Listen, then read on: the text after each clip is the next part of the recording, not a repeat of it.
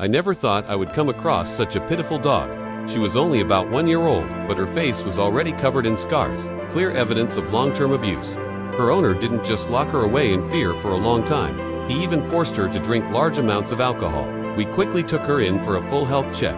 The results were heartbreaking. She was suffering from neurological issues, and her mucous membranes were pale, a sign of severe weakness. During the ultrasound, the vet discovered that her uterus was filled with pus and blood, an extremely dangerous condition. One could clearly see it, severe uterine infection with a large amount of purulent discharge, some areas measuring about 4 to 5 centimeters long. The level of inflammation was so high that there was only one option left. Surgery was necessary to save her life, but the surgery couldn't happen immediately. We needed to monitor her eating first. If she ate well, the surgery could be performed right away. I took care of her, day by day, watching every spoonful of milk and every tired glance. When I saw signs that her appetite was coming back, I felt a bit more at ease. Even though she was still weak, I knew she was trying to stay alive.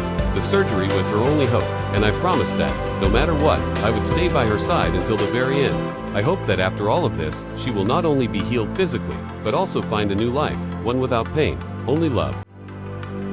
Let's follow the story together.